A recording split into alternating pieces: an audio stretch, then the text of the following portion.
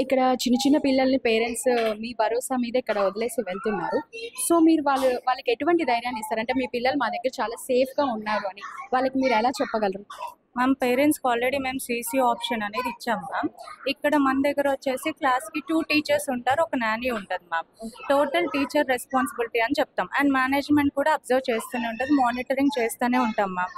ఏ చైల్డ్‌కి ఏంటి అనేది మేము ముందే ప్రాబ్లమ్ తెలుసుకొని అది క్లాస్ టీచర్స్‌కి ఇంటిమేట్ చేసి చూసుకుంటూ ఉంటామనమాట మ్యామ్. ఎలాంటి భయం అనేది వదిలేసి వెళ్ళొచ్చు పేరెంట్స్ హ్యాపీగా ఇక్కడ మా దగ్గర. టీచర్స్ యాజ్ ఎ మదర్స్‌గానే చూసుకుంటారు మ్యామ్. అంటే టీచర్స్‌తో పాటు ఇంకా హెల్పింగ్‌కి ఎవరైనా ఉంటారా? అంటే ఆయమ్మలు అలా ఎవరైనా ఉంటారా? ఉంటారు మ్యామ్. నానీస్ ఉంటారు. టీచర్స్‌తో పాటు వాళ్ళు కూడా చూసుకుంటారు. ఫీడింగ్ మొత్తం టీచర్సే చేస్తారు మ్యామ్.